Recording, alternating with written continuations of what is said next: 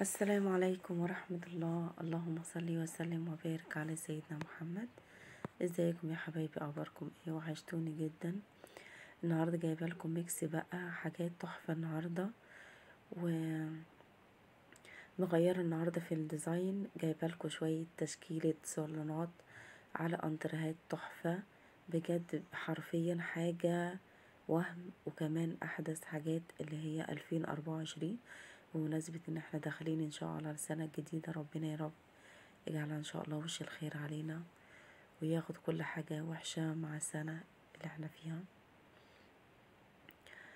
المهم يا حبايبي، خلينا في موضوعنا ان شاء الله بأمر الله. عايزة اقول لكم بقى ان دي احدث حاجات زي ما قلت لكم، الديكورات مع الالوان، كل حاجة الشتوية كمان. واي حد بياخد تصميم او بياخد مثلا ديكور زي كده بتصمميه في البيت، تقدري ان انتي تاخدي منه حاجات بسيطة جدا وافكار. لان شايفين المكتبة دي شقة عروسة زي ما انتوا شايفين، هي 90 متر. صورتها كلها بردك، اللي حابب ان شقته صغيرة وياخد افكار ونفس الترتيبات دي تقدري تصمميها او تعمليها لو انتي شقتك صغيرة بالمساحة ديت. وفي نفس الوقت كمان الديكور بتاعها حلو قوي، والوان الانتريه عايزه اقول لكم اللون ده تحفه وما بيبطلش خالص. وشغل الكابتونيه دوت او اللي هو ظهر الانتريه زي ما انتم شفتوه بيتسمى البسكوته، فشكل حلو. غرفه النوم زي ما انتم شفتوها هنا حلوه قوي بجد، بسم الله ما شاء الله. ربنا طبعا يبارك لها فيها يا رب. دي طبعا زي ما انتم شايفين الركنه دي اللي هو نظام عربي، بس بجد حلو قوي وجديد كمان. دي اوضة بقى الليفينج، فشكلها حلو قوي وتصميمها بصراحة ما شاء الله. ربنا طبعا يبارك لها في الشقة كلها يا رب.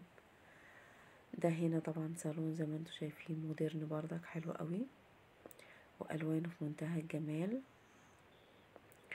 المهم يا حبيبي ما تنسوش اللايك. انا مش عارفة ليه ما بشوفش لايكات خالص في الفيديوهات. مش هتخسروا اي حاجة ما تدوا لايك في اول الفيديو في اخر الفيديو. المهم ان انتوا ما تنسوش بالله عليكم لايك. وكمان اللي مش مشترك معانا ينزل دلوقتي حالا يشترك، وما تنسيش تدوسي على الجرس وكلمة الكل عشان كل اشعار او كل فيديو جديد انزله ان شاء الله يوصلكوا الاشعار بتاعه، وتقدري تشوفي كل جديد انا بنزله في القناة. هنا بقى زي ما انتم شايفين تصميم البيت ده بديكوراته كله حلو قوي قوي ما شاء الله. والترابيزة دي تحفة بتاعة التقديم، حلوة قوي جميلة. اتمنى الفيديو يكون حلو وعجبكم وخفيف على قلبكم، واشوفكم في فيديو جديد ان شاء الله، واسيبكم في رعاية الله، والسلام عليكم ورحمة الله.